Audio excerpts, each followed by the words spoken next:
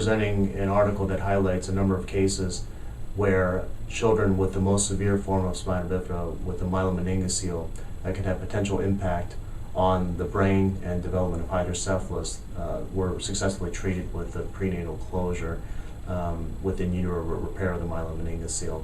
And these infants went on to have a full-term delivery, and they showed that even before they were born, we were able to confirm reversal of the hindbrain herniation as a result of the prenatal closure.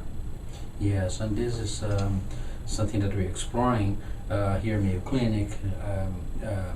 The restoration or the reversal of the problems by performing the surgery as a consequence of the surgery is a principle of regenerative medicine.